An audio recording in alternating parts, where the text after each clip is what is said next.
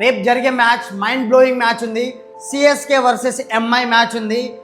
So MI వాళ్ళు ఇప్పుడే ఫామ్లోకి వచ్చారు అండ్ సిఎస్కే వాళ్ళు కూడా ఒక మ్యాచ్ ఓడిపోయి వస్తున్నారు. వీళ్ళు ఏం చేస్తే గెలుస్తారు? సిఎస్కే ఏం చేయాలి? ఫస్ట్ ఆఫ్ ఆల్ సిఎస్కేలో ఫస్ట్ కెప్టెన్ రుతురాజ్ గైక్వాడ్ మంచి ఫామ్లోకి రావాలి. అతను ఇప్పుడు ఆడిన గేమ్స్లలో ఏ గేమ్లో కూడా మంచి ఫామ్లో లేడు.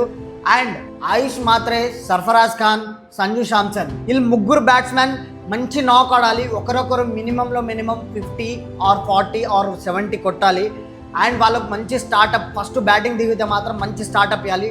230 కొడితే మాత్రం డిఫెండ్ చేసుకోవడానికి ఈజీగా ఉంటుంది ఎంఐతోన. ఎంఐ బ్యాట్స్మెన్లో చూసుకుంటే ఇప్పుడిప్పుడే తిలక్ వర్మ సెంచరీ కొట్టి మంచి ఫామ్లో ఉన్నాడు ముంబై ఇండియన్స్లో. రోహిత్ శర్మ, హార్దిక్ పాండ్యా, తిలక్ వర్మ, డికాక్. ఒకవేళ సిఎస్కే ముందు బౌలింగ్ తీసుకుంటే మాత్రం వీళ్ళు నలుగురిని తొందరగా అవుట్ చేయడానికి మాత్రం ట్రై చేయాలి.